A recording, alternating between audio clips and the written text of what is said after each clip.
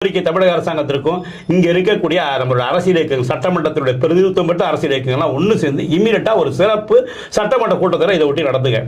இந்த மத்திய மந்திரி கல்வி மந்திரி கண்டித்து ஒரு தீர்மானத்தை நிறைவேற்றுங்க. ஏகமனதான தீர்மானமா இருக்கும். அது ஒன்னு இந்த பாஜக மட்டும்தான் அதை எதிர்க்க வாய்ப்புண்டு.